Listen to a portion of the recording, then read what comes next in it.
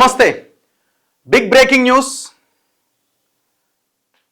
మంత్రిగా అజారుద్దీన్ ఎల్లుండి 11:30 ప్రమాణ స్వీకారం చేయబోతున్నారు. ఇప్పటి వరకున్న ఈ సమాచారం ఇది యాజ్ ఇట్ ఈస్గా ఇది అదే ఆలోచనతో కనుక రేవంత్ రెడ్డి కానీ కాంగ్రెస్ హైకమాండ్ కానీ ఉంటే యాజ్ ఇట్ ఈస్గా నేను చెప్పేది జరగబోతున్నది. ఎల్లుండి అంటే 31వ తేదీన ఉదయం 11:30 మహమ్మద్ అజారుద్దీన్ రీసెంట్గా ఎమ్మెల్సీగా ఆయన్ని నియమించడం జరిగింది కాంగ్రెస్ పార్టీ. సో ఆ అజారుద్దీన్ మంత్రిగా ప్రమాణ స్వీకారం చేయబోతున్నారు. ఇక ఆయన పోర్ట్ఫోలియో ఏంటి, ఏ శాఖని కట్టబెడతారన్నది మనం ప్రమాణ స్వీకారం తర్వాత చూడాల్సిందే. మరి ఎందుకు సడన్గా ఈ నిర్ణయం తీసుకున్నారు? ఒక రకంగా ఆయనను ఎమ్మెల్సీ ఇచ్చి మంత్రిని చేయాలి అన్న ఆలోచనలో భాగంగానే ఆయనకి ఎమ్మెల్సీ ఇచ్చారని, జూబ్లీహిల్స్ ఎలక్షన్లో బై ఎలక్షన్స్లో ఆయనకి టికెట్ ఇవ్వాలి యాక్చువల్గా, కానీ ఆయనని తప్పించి ఆయనకి ఎమ్మెల్సీ ఇచ్చి మంత్రి పదవి ఇస్తామన్న హామీతోనే ఆయన్ని తప్పించారని ఇట్లా రకరకాలుగా వార్తలు వచ్చినాయి. మొత్తానికి ఈ ఊహాగానాలన్నింటికీ తెరపడింది. మంత్రిగా మహమ్మద్ అజారుద్దీన్ ఎల్లుండి ఉదయం 11:30 ప్రమాణ స్వీకారం చేయబోతున్నారు. కారణం ఏమై ఉండొచ్చు ఇంత సడన్గా నిర్ణయం తీసుకోవడానికి అని అంటే, మేబీ జూబ్లీహిల్స్ బై ఎలక్షన్ కూడా ఒక ప్రధానమైన కారణం కావచ్చు. ఏ రాజకీయ పార్టీ అయినా ఒక నిర్ణయం తీసుకునేటప్పుడు దాని వెనకాల పొలిటికల్ లైన్ అనేది ఉంటుంది ఖచ్చితంగా. ఏమైనా మనకి రాజకీయ లబ్ధి జరిగే అవకాశం ఉందా ఇందులో భాగంగానే ఆలోచించి నిర్ణయాలు తీసుకుంటుంది. సో ఇప్పుడు జూబ్లీహిల్స్ బై ఎలక్షన్స్లో దాదాపు 1,00,000కు పైన ముస్లిం మైనార్టీ ఓటు బ్యాంక్ ఉన్నది.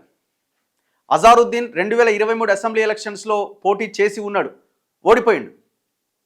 ఈ సందర్భంలో ఈ జూబ్లీహిల్స్ బై ఎలక్షన్లో గెలవడానికి మైనార్టీ ఓటర్లే కీలకమైన పాత్ర పోషించబోతున్నారు. గంపగుత్తగా ఈ ఓటర్లు మనకి రావాలంటే ఏం చేయాలి అన్న ప్రణాళికలో భాగంగా మహమ్మద్ అజారుద్దీన్కి మంత్రి పదవి ఇచ్చినట్టుగా కనబడుతున్నది. ఎలాగో ఆయనకి మంత్రి పదవి ఇవ్వాలని డిసైడ్ అయినాం కాబట్టి అదేదో జూబ్లీహిల్స్ ఎలక్షన్ బై ఎలక్షన్స్ ఉన్న ఈ టైంలో ఇస్తే ఖచ్చితంగా ఇది మనకు మైలేజ్ వస్తుంది అన్న కోణంలో కాంగ్రెస్ పార్టీ ఆలోచించి ఉండొచ్చు. సో అట్లా మహమ్మద్ అజారుద్దీన్ మంత్రి కాబోతున్నారు. ఇప్పటి వరకు మైనార్టీ కోటాలో ముస్లిం మైనార్టీకి ఒక్కరికి కూడా మంత్రి పదవిలో మంత్రి స్థానంలో అవకాశం దక్కలేదు. సో ఆ ఖాళీ ఎట్లాగో ఉన్నది. దీనికోసం షబీర్ అలీ పోటీ పడ్డాడు, మహమ్మద్ అజారుద్దీన్కి ఆయన పోటీ పడ్డాడు. సో ఇట్లా ఇద్దరి మధ్యలో ఎవరికి ఇవ్వాలన్న డిస్కషన్ జరిగినాయి. మొత్తానికి మహమ్మద్ అజారుద్దీన్కి జూబ్లీహిల్స్ బై ఎలక్షన్ రావడము మహమ్మద్ అజారుద్దీన్కి కలిసి వచ్చిందనే చెప్పాలి.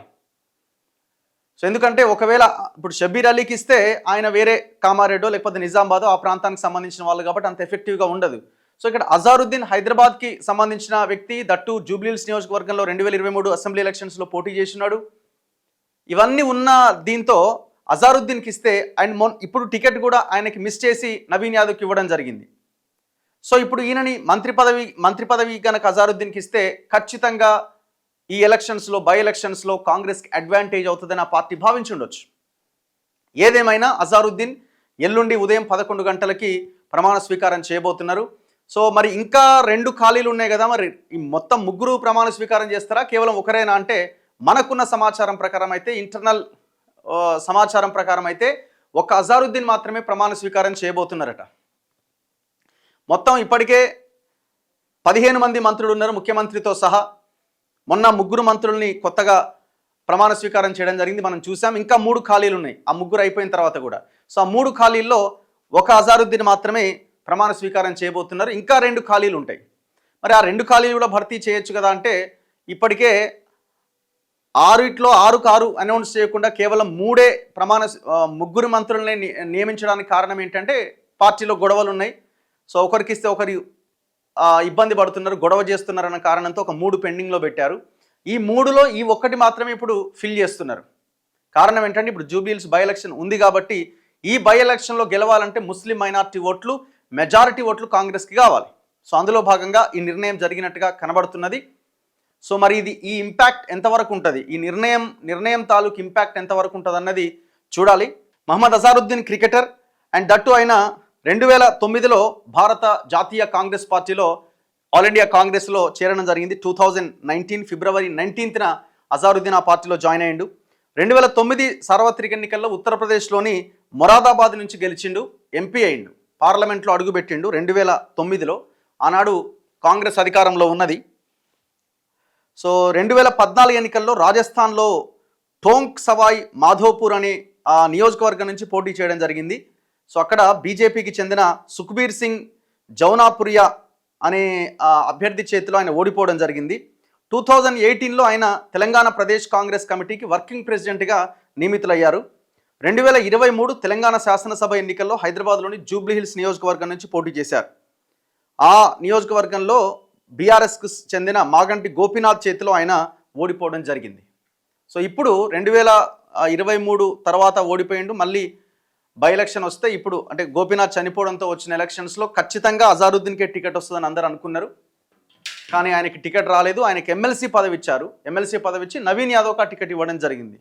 సో ఎమ్మెల్సీ పదవి ఇవ్వడము ఒకటి, ఇప్పుడు ముస్లిం మైనార్టీ ఓట్ బ్యాంక్ ఖచ్చితంగా కాంగ్రెస్కి రావాలనే వాళ్ళు గట్టిగా దీంట్లో ఉన్నారు కాబట్టి ఇప్పుడు అజారుద్దీన్ని మంత్రిని చేయబోతున్నారు. ఎల్లుండి ఆయన ప్రమాణ స్వీకారం చేయబోతున్నారు. మరి ఈ ప్రభావము, ఈ ఇంపాక్ట్ ఏమైనా ఎలక్షన్ మీద ఉంటుందా? మైనార్టీలంతా కాంగ్రెస్ వైపు రావడానికి అవకాశం ఉంటుందా? ప్రతి చిన్న అవకాశాన్ని కూడా ఆ పార్టీ వదులుకోవట్లేదు. సో మరి ఈ అంశము ఈ యొక్క మంత్రి పదవి అన్న ఈ టాపిక్ అన్నది ఎంతవరకు ప్రభావం చూపిస్తుంది రాబోయే ఎలక్షన్స్ మీద అన్నది మనం భవిష్యత్తులో చూడాలి. ఇది ఒక బిగ్ బ్రేకింగ్ న్యూస్. ఎల్లుండి ఉదయం 11:30కి మహమ్మద్ అజారుద్దీన్ మంత్రిగా ప్రమాణ స్వీకారం చేయబోతున్నారు. చూస్తూనే ఉండండి మన తొలి వెలుగు.